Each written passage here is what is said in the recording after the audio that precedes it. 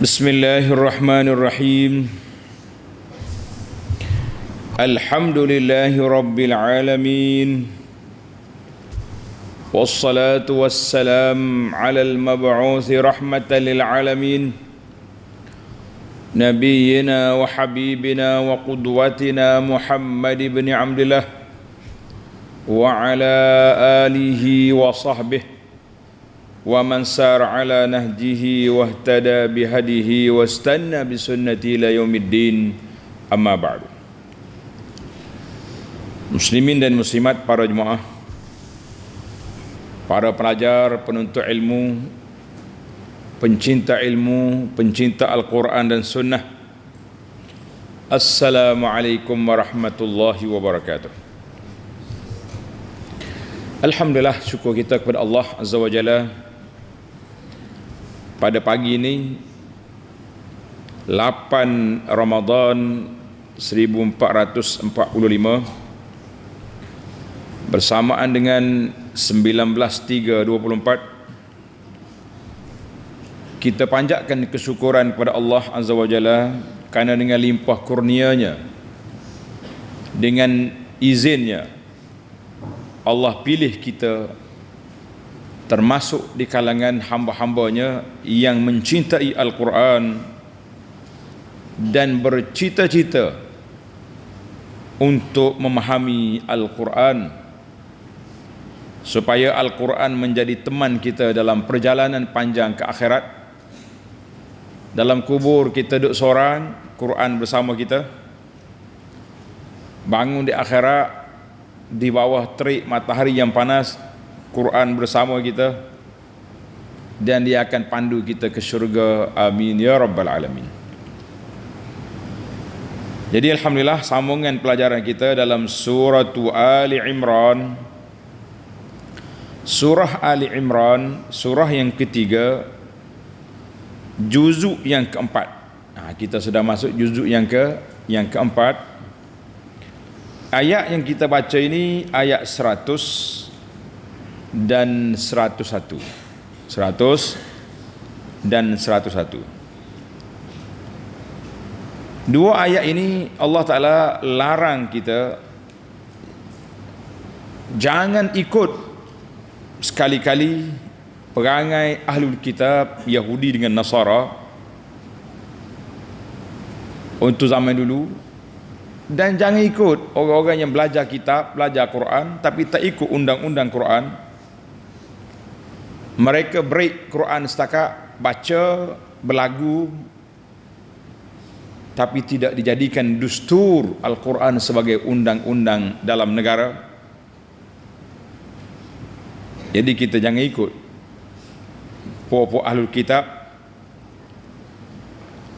Kemudian Allah nyatakan kenapa umat Islam ini mantap imannya, kukuh akidahnya, teguh imannya, dengan sebab adanya kitab, adanya sunnah Nabi sallallahu alaihi wasallam bersama kita.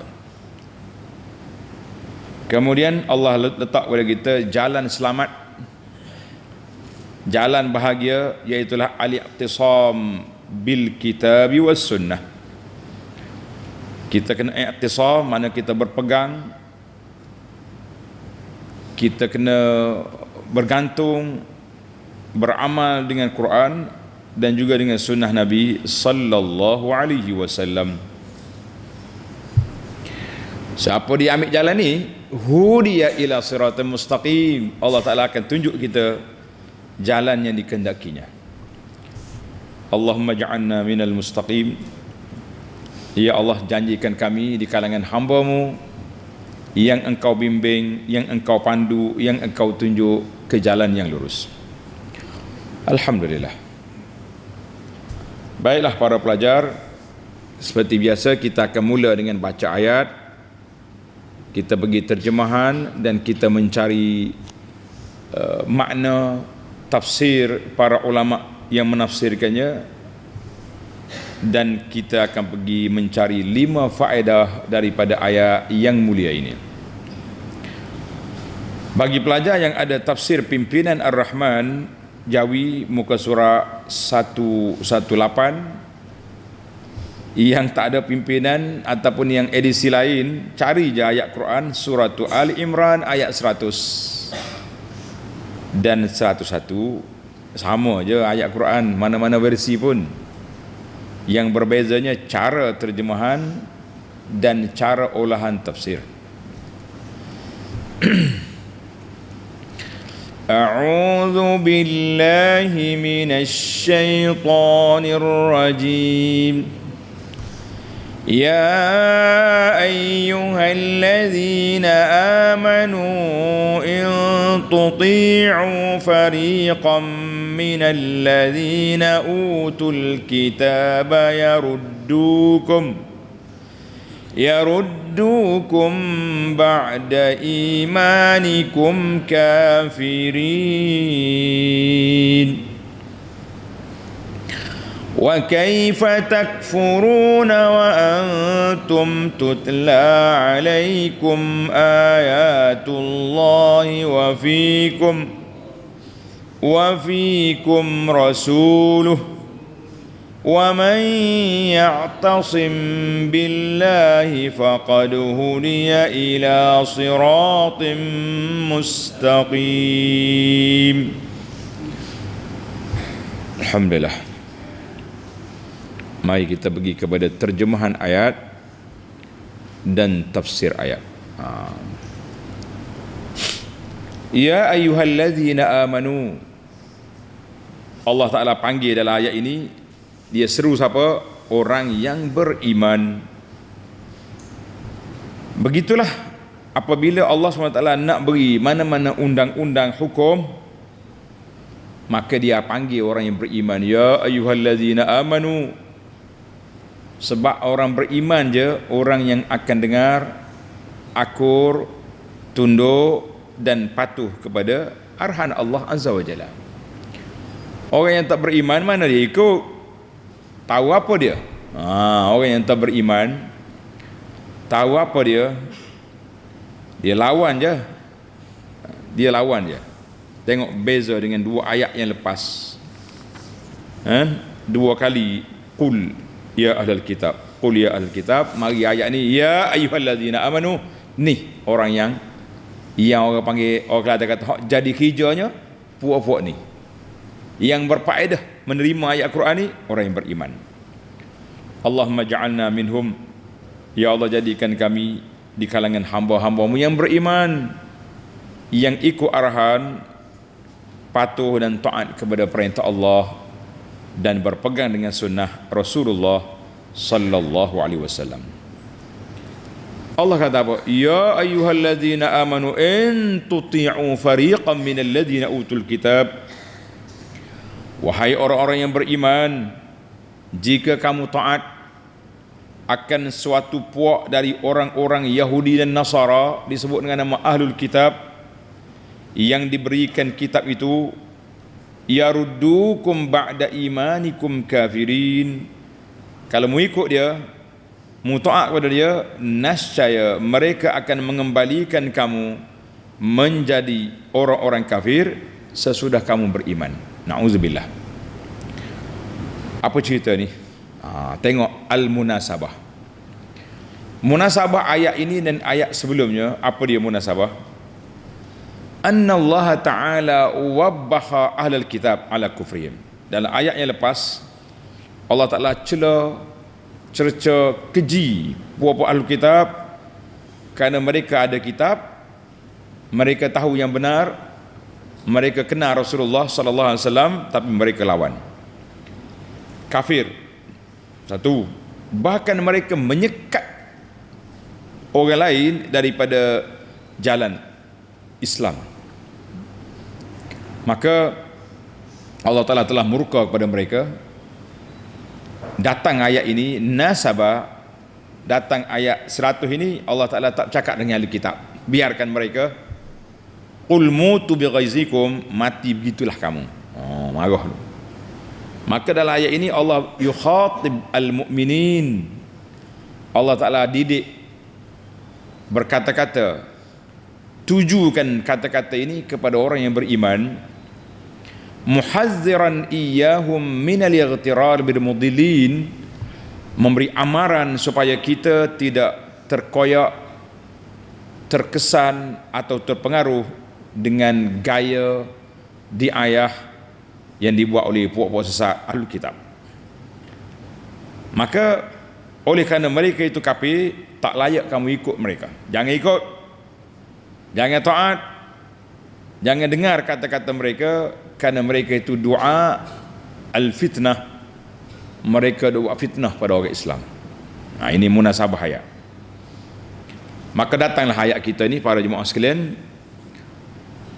Ya ayyuhalladzina amanu, wahai orang beriman, in tuti'u, tengok tafsir ya, in tuti'u ay idza ata'tum tilkal fi'ah, kalau andai kata, kalau kamu taat ikut puak-puak sesat yang mendakwa mengikut Taurat dengan Injil tu, sedangkan mereka dah ubah Taurat, mereka dah pesongkan Injil, nescaya mereka berusaha mati-matian untuk mengembalikan kamu ke agama asal, maknanya suruh kamu murtad, na'udzubillah. Jadi mereka telah berusaha macam-macam buat. Jadi Allah kata tak sedar ikutlah dia tu. Kalau mau ikut dia, sekarang ni orang putih, tanda ni pelajar, mula-mula dulu zaman kolonial dipanggil zaman penjajahan, mereka jajah negara umat Islam dengan ketenteraan. Oh, dia mari. Ana ingat lagi waktu ana budak-budak di sekolah. Kalau kena ke sekolah menengah ada buku tawarikh. Sekolah menengah asa. Cahayalah kita ni, Vasco da Gama lah, Alfonso di Albuquerque. Hebatlah nama tu. Boy mulut-mulut hafal nama orang putih. Bila kita celik mata, pasal kakak ni, inilah bapak penjajah hak mari jahanamkan agama pegangan anak-anak orang Islam dalam negara yang mereka masuk. Tengok putar belit ni, pakar sejarah ni, waktu bersejarah konon inilah pejuang, inilah yang membebaskan manusia, inilah membawa tamadun. Sebenarnya mereka lah yang menjahanamkan otak anak-anak orang sebab dengan kekufuran yang mereka buat. Ini cukup berbahaya. Dia main isu. Jadi kita hari ni belajar sejarah, belajar betul-betul. Sejarah sekularisasi memisahkan anak orang Islam daripada agama ini telah dimainkan oleh puak-puak penjajah. Kemudian datang pula sesi kedua, dia panggil al-ghazwul fikri, penjajahan minda. Dia tak bawa senjata dah. Tak bawa, kalau bawa bom, sama ada dia mati atau kita mati. Dua-dua ya. Nah, kita tahu dia mati ke kita mati, maka sekarang ni dia jajah otak kita lebih dahsyat daripada penjajahan fizikal. Otak orang Islam, anak orang Islam, tapi terpengaruh dengan pemikiran barat, pemikiran kafir, sehingga kan anak orang Islam boleh benci pada undang-undang Islam. Ajaib Allah. Minda tak minda kita dipanggil jurubu minda, kecelaruan minda anak orang Islam mari penjajah ni mainnya puak-puak Ahlul Kitab ni, Yahudi dengan Nasara, puak-puak Yahudi dengan Zionis dengan Kristian yang ada sekarang ni, termasuklah anak-anak didik mereka yang dipanggil puak-puak sekular, geng-geng liberal. Dia telah meracuni pemikiran anak orang Islam. Tengok hari ni, bila timbul isu orang cetak stokin, dia tulis nama Allah, tapak kasut yang orang pijak tu, tapak dia di bawah tu, tapi tak nampak lah. Kalau kita korek tengok, keluar tulisan La ilaha illallah, tepat pijakan. Sebahagian anak orang Islam celek mata, bangun, bangkit kata orang, dengan perasaan sedih kerana nama Allah Ta'ala dipermain-mainkan, nama Rasulullah sallallahu alaihi wasallam dihina. Tapi ada anak orang Islam duk main benda lain. Orang duk bercara kafir, duk hina orang Islam, dia sibuk ambil gambar orang tu pakai baju syarikat Kedah ni, itu dia panggil duk main politik murahan. Tak erti bahasanya kita, agama dipijak, kita nak main politik sebab orang tu parti lain. Macam mana punya pemikiran lagu ni. Ini di antara kesan daripada penjajah. Dia mari masuk dalam kepala kita, kita tak kisah beragama, yang penting kita nak kedudukan, kita nak jaga jawatan, wal'iyazubillah. Allahumma inna na'udzubika minal khuzlan. Ya Allah, kita minta berlindung Allah Ta'ala daripada Allah biarkan kita terumbang-ambing tanpa dipandu, tanpa dibimbing, tanpa diberi hidayah, taufik untuk menjalani jalan yang baik yang diredai oleh Allah Azza wa Jalla. Jadi main-main. Itulah permainan orang putih. Banyaklah. Nanti pelajar-pelajar bila besar sikit kita baca buku bahayanya al-ilmaniyah. Al-ilmaniyah bahasa Arab, bahasa Melayu kata sekular. Ini bahaya. Sebab dia pesongkan akidah orang Islam melalui penjajahan pemikiran. Pasal itulah dia panggil apa dia lagi ni 3S ke apa dia punya istilah. Masalah sosial ni, seks, sport, panjanglah istilah dia. Dia larakan anak orang Islam ni dengan permainan. Dulu main di padang, tak gelik gelak mahal duduk main. Lah ni main kok gadget pula. Tak khabar ingat kita ni. Kalau nak baca Quran 3 juzuk tinggal 2. Kalau nak baca 1 juzuk tinggal setengah. Pasal nyemakai di gadget, makai di telefon. Allahu akbar. Baiklah. Maknanya Allah SWT peringatkan kita, in tuti'u fariq, kalau mengikut gaya orang kafir, kita akan sesat. Na'udzubillah. Bagi anak orang Islam dah, kalau ikut gaya orang kafir, kita akan tersasar jauh daripada hidayah Allah Azza wa Jalla. Ayat ini ditafsir dengan ayat surah tanda pelajar, surah Al-Baqarah ayat 109.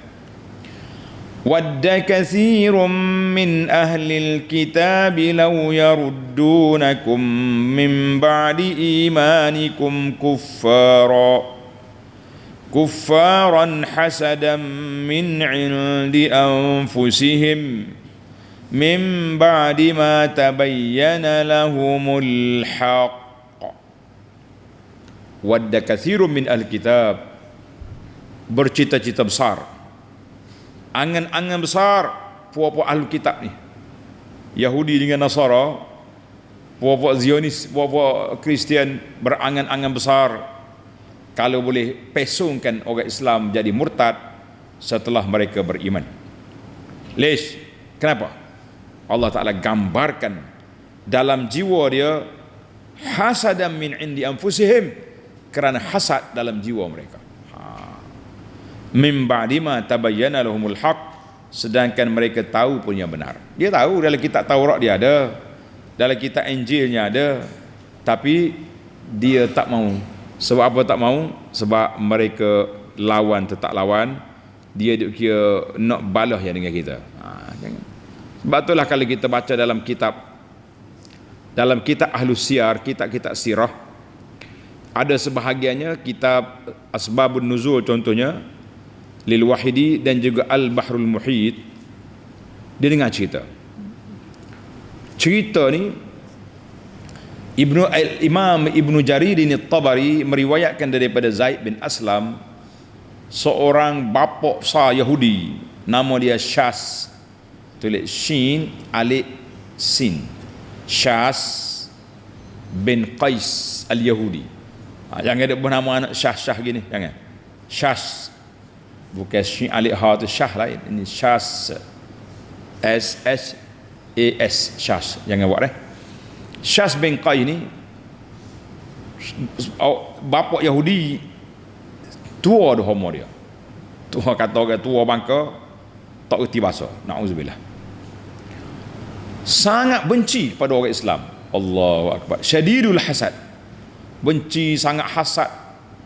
Jadi dia lalu depan beberapa orang sahabat Nabi di kalangan Aus dengan Khazraj. Dia tengok orang Aus dan Khazraj hok balah beratus tahun, 100 tahun lebih dulu berkelahi. Bila Nabi datang, semuanya aman, damai, adik-beradik belaka, ukhuwah. Syah tengok, sakit hati dia tengok orang Islam bersatu. Orang Islam tenang-tenang, oh sakit hati. Faghazahu, oh dia pun mula, dia pun sakit hati, dia pun masuk racun yang beracun. Dia kata qadistama'a mala'un bani qailah bihazil bilad. Jadi dia kata kalaulah qabilah au khadha ni berdamai bersatu, kita Yahudi akan terpinggir. Ni mula dia kata dia pun lantik geng-geng dia, geng-geng cyber tropa dia lah. Kita apalah kita nak panggil apa nama NGO dia ni, kita cakap kan salah pula, orang marah. Yang pentingnya nama dia begitu. Dia pun panggil, dia suruh pergi masuk dalam Aus Khazraj, suruh ungkit balik Yaumu Bu'as, peperangan zaman jahiliah antara Aus dan Khazraj. Pergi bangkit waktu, pergi cocok jarum, panas semula, supaya menimbulkan kebencian di antara dua kabilah yang sudah berdamai. Mari. Jadi bila dia cocok ni, Aus cakap, Khazraj cakap, mula nak apa ni, mula nak batu api, manas, jadi baloh balik. Sudah lah. Bila Nabi dengar sallallahu alaihi wasallam, Nabi dengar cerita ni, fa kharaja ilaihim, Nabi kata cepat pergi. Orang kata, ya Rasulullah, Aus Khazraj ni akak senjata dah nak perang. Kisnya Yahudi cocok. Nabi kata pergi cepat pergi. Nabi kata, ya ma'syaral muslimin, orang Islam, Allahu akbar, atad'unal jahiliyah wa ana baina azhurikum. Mu nak ungkit balik seruan jahiliyah, ya alal Aus, ya alal Khazraj, dia panggil seruan kabilah, seruan ta'assub asabiyah ni, main balik, aku ada sini. Allahu akbar. Nabi kita ungkit, Allah Ta'ala muliakan kamu dengan Islam, Allah Ta'ala hilangkan pengan jahiliyah, Allah Ta'ala ada satukan kita, kenapa kamu ikut syaitan? Ketika itu Aus sedar, Khazraj sedar balik daripada kealpaan tadi, campur senjata, berpeluk balik. Alhamdulillah. Maka datang ayat ini.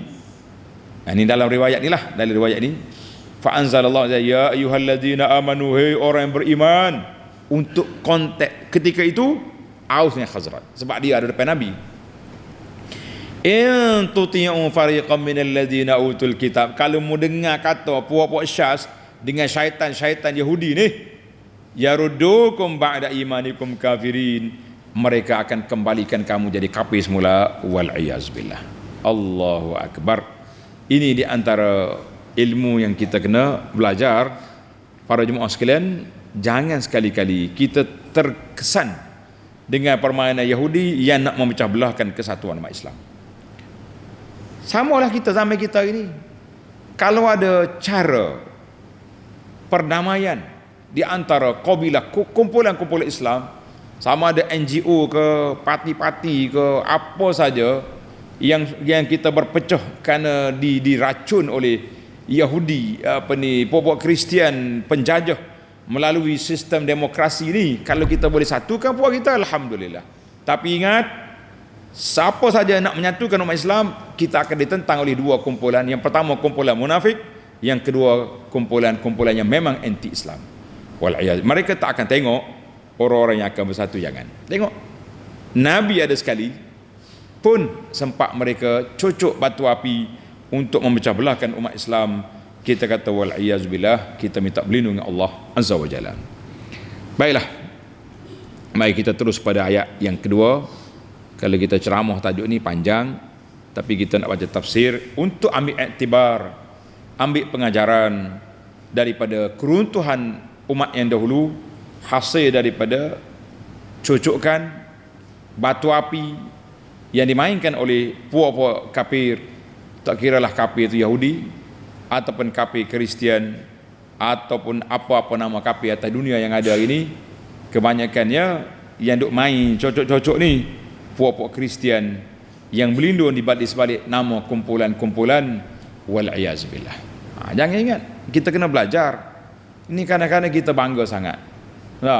Puak-puak NGO Kristian ni, dia mari buat ni tempat menunggu bas, tempat tunggu bas tepi jalan kan.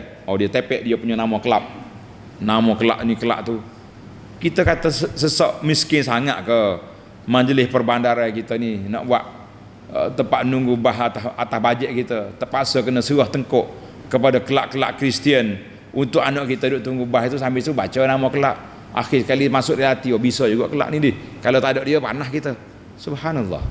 Jadi kita usahalah umat Islam letak jati diri kita, jangan ada logo-logo Yahudi, Kristian, Zionis, logo-logo NGO apa nama Kristian ni, supaya anak-anak kita tidak terbiasa dengan nama-nama itu. Jangan. Ni sehari dua ni bangkit umat Islam, boikot beberapa nama-nama jenama-jenama syarikat-syarikat yang ada kaitan dengan Zionis, yang ada kaitan dengan pembenci Islam. Alhamdulillah, kita sokong bangkitlah umat Islam supaya kita sedarkan masyarakat kita ni tidak nak makan ayat goreng pun paksa kena pergi seruah tengkuk, seruah mulut ke syarikat-syarikat yang ada kaitan dengan Yahudi, dengan Zionis. Kenapa? Sabar-sabarlah. Tak boleh ke kalau tak makan hak ni? Tak makan hak nama-nama orang putih ni, tak boleh ke? Sebab itulah nama sekarang dia panggil nama dalam bahasa ilmu dia panggil zaman al-aulamah. Tulis pelajar, al-aulamah, dia panggil zaman globalisasi. Zaman globalisasi ni zaman orang putih dia nak suruh kita makan apa yang dia makan, kita buat apa yang dia buat, kita pakai apa yang dia pakai. Habis, walaupun kita makan ayam, makan roti, tapi roti kita nama apa? John. Oh, roti John. John nama mamak ke nama orang putih?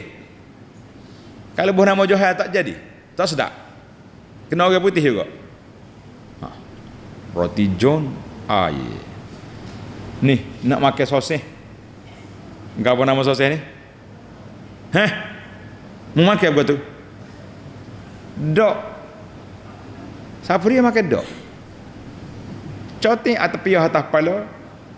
Tok email, tok lebar, budak tahpi, gomo belaka, hot dog. Nak mutus puasa. Makan dok. Melidah jelek. Oh, orang buat ngaya ustaz. Dia buat ngaya tukarlah hot ayam lah, kenapa hot dog aja? Tok ayam. Bodohnya otak kita diracuni oleh globalisasi. Siapa mereka nama-nama makanan yang mereka makan, kita juga gunakan nama yang sama walaupun kita tahu benda tu najis mughallazah. Lepas pada ni jangan guna nama tu. Kalau ada orang tulis nama ni pergi padam. Pak cik penjual burger tulis hot kambing. Hot chicken. Apa hot dog? Berani apa kita go?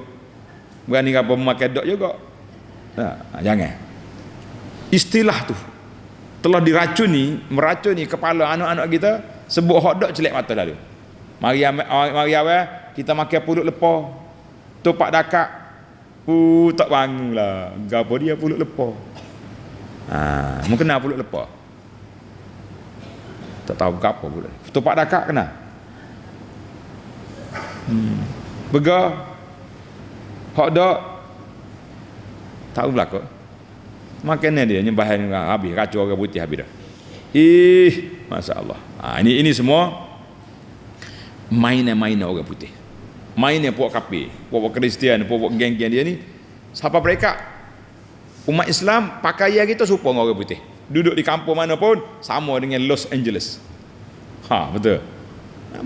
Telanjang belaka. Baju tak cukup saiz belaka. Anak-anak orang Islam, ayah jawatan besar pergi dalam agama, tapi anak telanjang apa anak sia. Ada. Nak kata apa? La haula wala quwata illa billah. Jangan awal. Marilah kita balik ke tafsir kita. Kalau duk mengeluh dunia ni, kita tak akan ke mana-mana. Kita teruskan dengan hidayatul Quran, insya-Allah kita selamat di dunia, aman di akhirat. Insya-Allah kata. Baik, ayat yang satu-satu.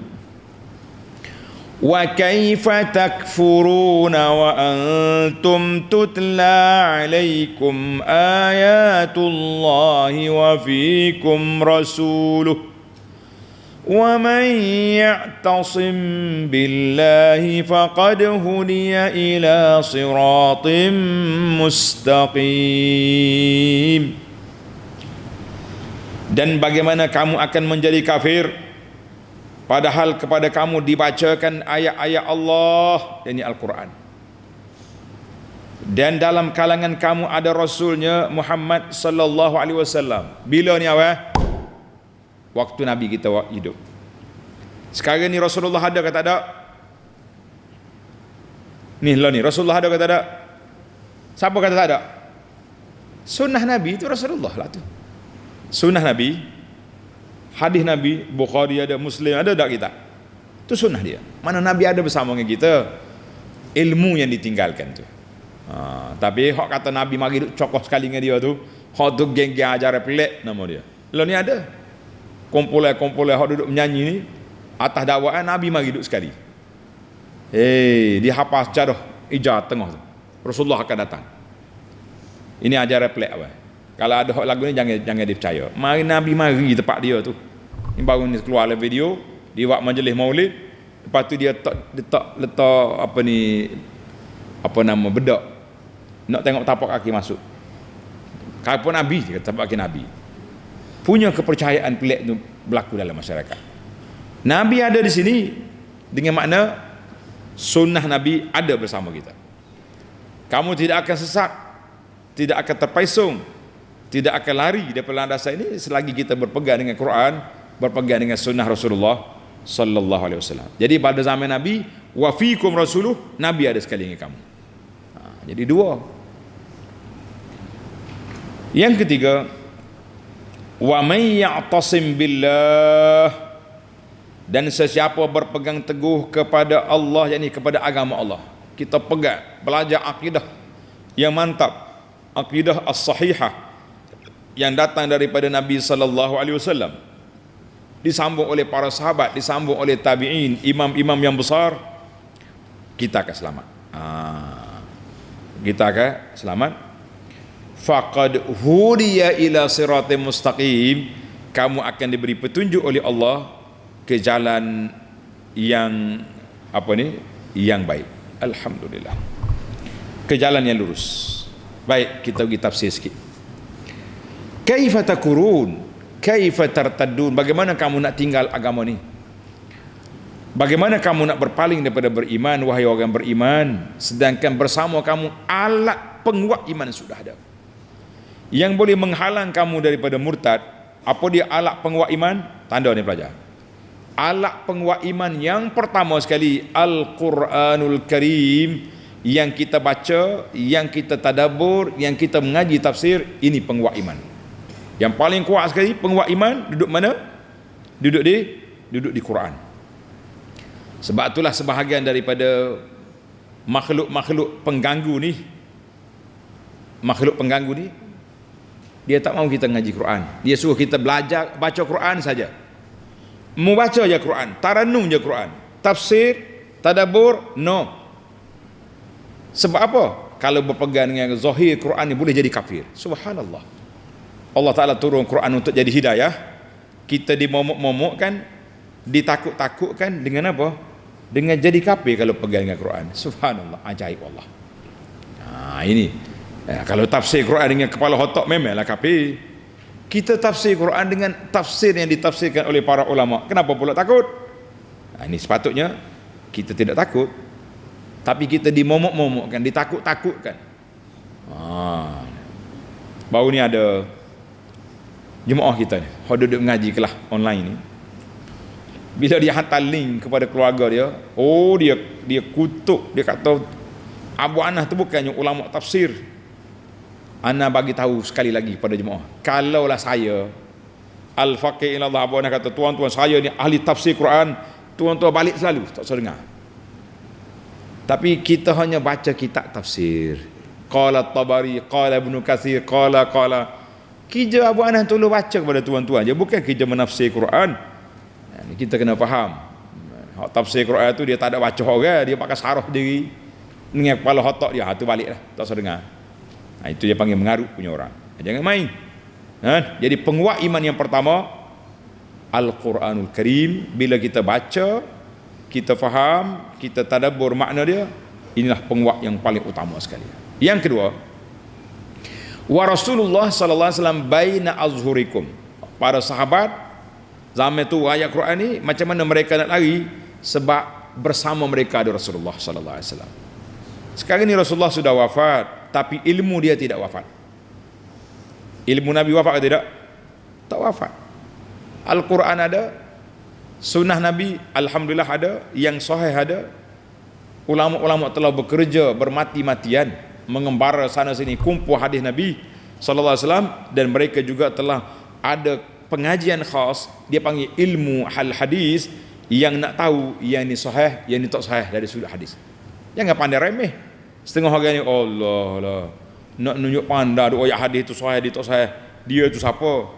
Kita kata kita bukannya kita mentasih hadis, yang kita hanya nukilkan pandangan ulama yang mengatakan hadis ini sahih ataupun tidak. Jadi kena ambil cakna lah benda tu. Nah, waktu lain benda lain kita nak jaga kesahihan sana. Sehingga ada Suruhanjaya komunikasi nak jaga kesahihan maklumat. Tapi dalam bab tafsir Quran, dalam bab tafsir hadis, ikut siapa nak cakap, kita kata no. Tidak. Jadi maka dua penguat iman. Yang pertama Quran, yang kedua sunnah Nabi sallallahu alaihi wasallam, kemudian huraian para ulama pelengkap kepada dua alat yang kuat, yang mantap untuk menguatkan iman kita kepada Allah Azza wa Jalla. Jadi kalau kita dua-dua ni mantap, kita tidak akan lari daripada agama, kita tidak akan terpesong insya-Allah. Kemudian di akhir ayat ini Allah kata apa? Wa man ya'tasim billahi faqad hudiya ila siratim mustaqim. Dan siapa berpegang teguh dengan tali Allah, yakni agama Allah, Quran, kitab Allah ini, termasuklah sunnah Rasulullah sallallahu alaihi wasallam, maka sungguhnya ia telah beroleh petunjuk hidayah ke jalan yang betul, ke jalan yang lurus. Ai wa man aina man yata'allaq bi asbabillah. Dengar ni, tafsir kata, siapa dia bergantung dengan sebab-sebab yang Allah Ta'ala ajar kepada kita, apa dia kita gantung? Tuhan kata, mu nak tahu, nak kenal Allah, baca Quran, faham Quran. Dan kita berpegang dengan sunnah Nabi SAW, serta kita bertawakal kepada Allah, kita berpegang dengan kitab Allah, Allah Ta'ala akan bimbing kita ke jalan yang diradainya, dan kita akan selamat di dunia, aman di akhirat. Kita di dunia ni kita berpegang dengan ajaran yang baik, di akhirat esok kita akan masuk ke dalam syurga. Amin ya rabbal alamin ya arhamar rahimin. Alhamdulillah, tamatlah perbincangan kita. Dua ayat 99, ayat 100 dengan ayat 101 ini tamat. Sekarang kita berpindah mencari 5 faedah.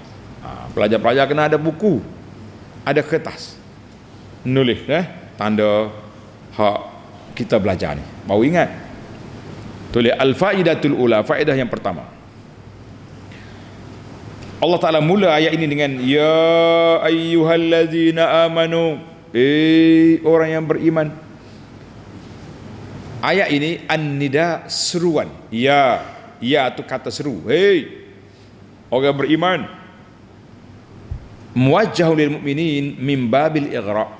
Allah Ta'ala panggil orang beriman sebab orang beriman je orang yang dengar kata, orang yang akan terima, orang yang membenarkan, orang yang akan aku dan patuh kepada perintah Allah Azza wa Jalla. Jadi ayat ini Allah Ta'ala muliakan orang beriman. Allahumma ja'alna minhum, ya Allah jadikan kami di kalangan orang ini, orang yang beriman. Dan satu lagi ayat, bila orang beriman dia tak panggil, dia tak suruh. Tengok ni, tengok pelajar. Beza di antara orang beriman dengan orang kafir. Tengok dalam ayat semalam tu, ayat 98 99, qul ya ahlal kitab, katakan Nabi kepada ahlul kitab tu. Dua kali Nabi ulang, dua kali Allah Ta'ala ulang pada Nabi sallallahu alaihi wasallam, qul. Mari pada orang beriman tak ada qul, tak kata qul ya ayyuhallazina, no, ya ayyuhallazina amanu, direct terus. Limadha? Sebab ahlul kitab ni dia kena celek mata dulu. polah telinga dulu, qul. Barulah bagi tahu, sebab dia tak dengar kata. Tapi kalau orang beriman, sifat dia orang dengar kata, sifat dia taat, tak payah duk qul lah, pakai jadi selalu. Ini dia panggil arahan tu mudah diterima, arahan mudah dipakai, maka kita mengatakan ini nikmat yang besar. Alhamdulillah. Kata alhamdulillah, kita orang beriman, Allah Ta'ala khitab pada kita pakai direct, ya ayyuhallazina amanu, tak ada kalimah qul. Dua, tulis nombor 2. Faedah yang kedua, in tuti'u fariqan minal ladzina utul kitab, kalau kamu ikut puak-puak ahli kitab. Jadi Allah kata kalau mu ikut ahli kitab, mu akan rusak, kamu akan punah. Maka ayat ini secara terang-terang, tulis, ayat ini secara terang-terang larangan daripada Allah Azza wa Jalla, kita pergi ikut ahlul kitab, jangan ikut puak-puak ahli kitab, puak-puak Yahudi dengan Nasara, atau puak-puak kafir, jangan ikut.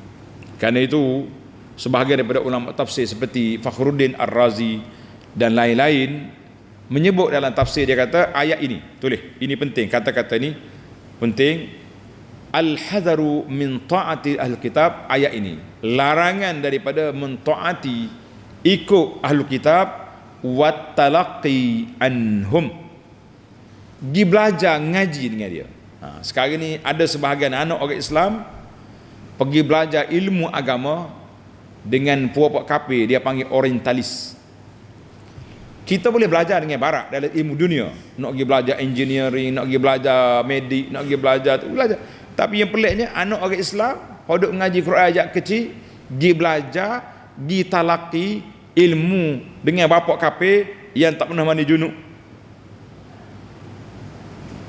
Ngaji Quran, ngaji tafsir, ngaji hadis, ngaji, kita kata ini antara benda ajaib yang berlaku dalam dunia ni. Ini semua kesan daripada al-ghazwul fikri, kesan daripada penjajahan fizik, penjajahan pemikiran tadi. Orang putih pula jadi tok guru pada anak orang Islam. Dia kata jangan main ustaz, dia research. Research lah, tapi jarum itu tak masuk. Mana kalau pengkaji itu lemah, koyak nanti. Kalau pengkaji itu gagah, insya-Allah selamat. Macam Syekh Mustafa A'zami rahimahullah, dia kaji tentang sejarah pembukuan hadis di awal Islam. Dia punya supervisor dia AJ Arbery, orang kafir. Tapi oleh kerana A'zami ni gagah, kafir tu tak punya konsep dia. Tapi begitulah suasana hari ni. Kalau bolehlah anak-anak orang Islam tak usah lagi ngaji agama dengan orang kafir. Kita nak ambil sanak ke mana? Balik-balik berkata guru kami John Jen, nak kata apa? Rahimahullah. Dia sudah mati di Oxford contohnya. Kita sebut berkata guru kami qala syekhuna fulan rahimahullah. Sedap. Ni sebut nama orang putih patut nak kata gapo? Rahimahullah.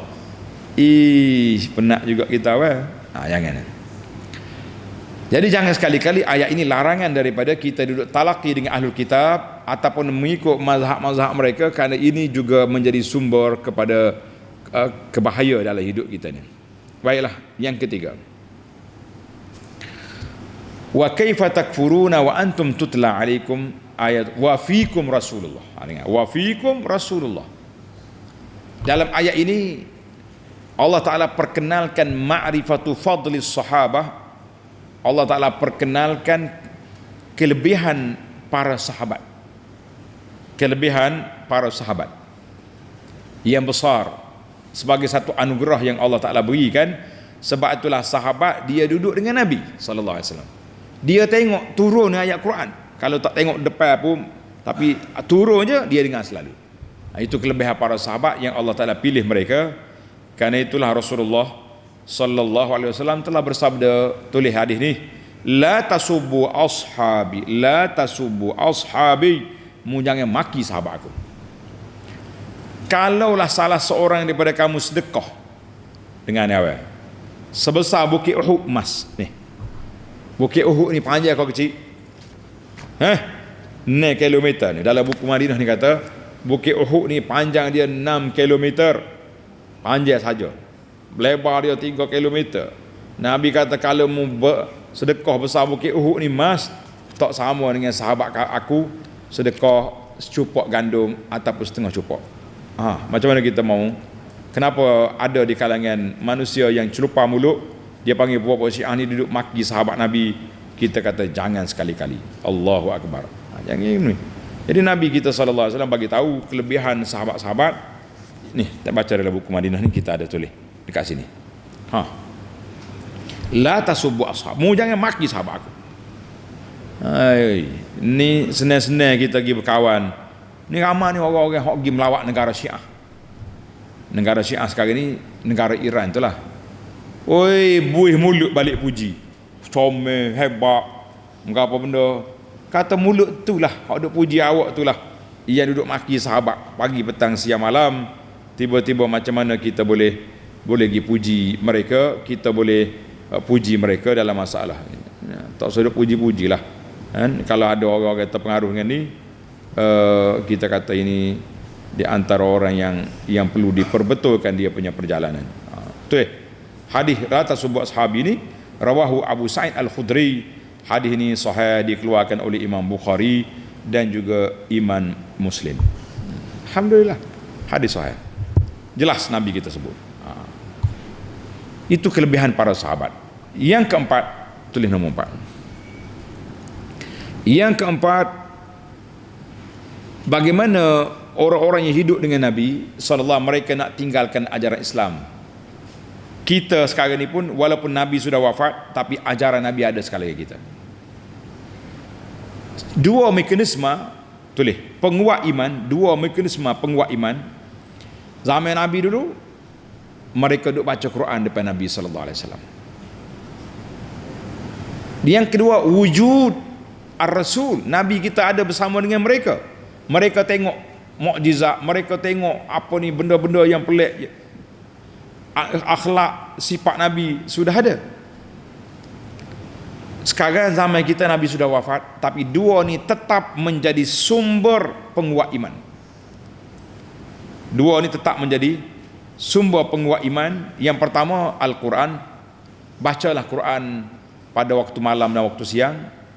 Tadabburlah Quran dengan isi kandungannya.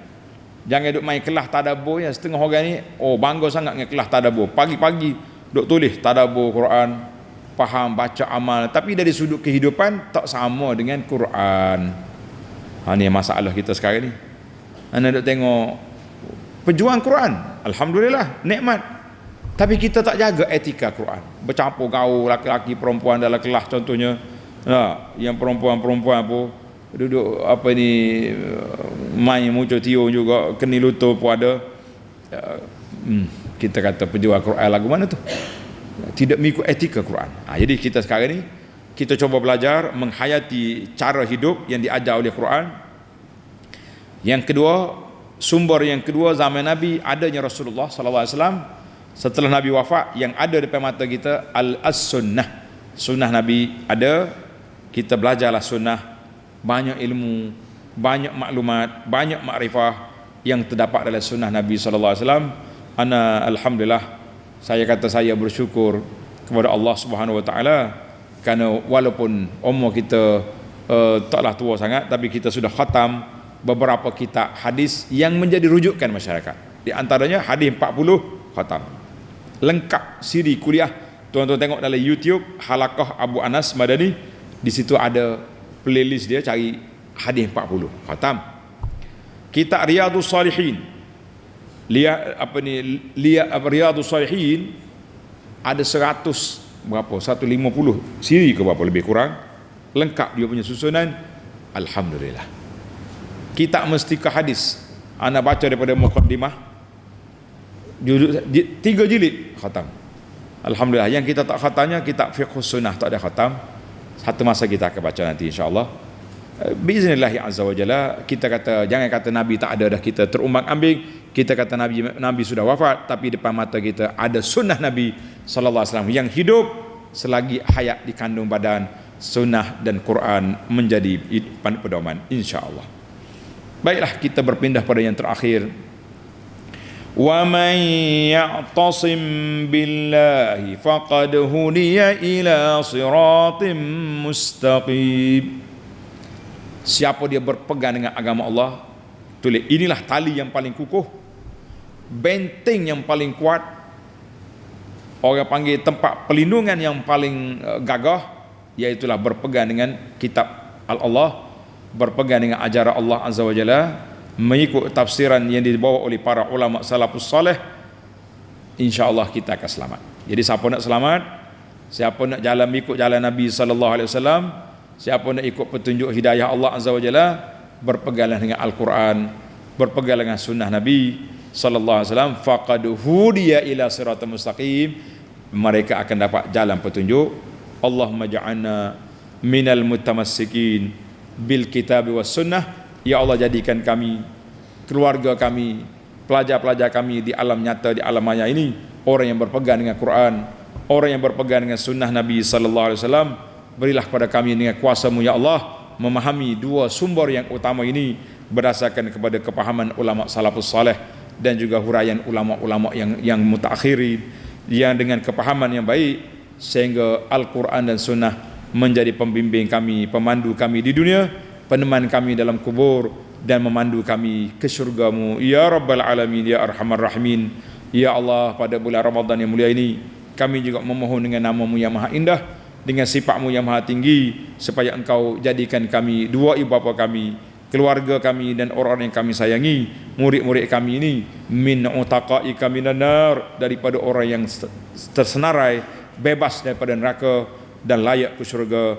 Allahumma innaka afu tuhibbul afwa fa'fu anna. Ya Allah, Engkau suka memaafkan, maaflah kesalahan-kesalahan kami, dua ibu bapa kami, jadikan kubur-kubur mereka taman-taman syurga, dan kubur kami nanti juga taman syurga.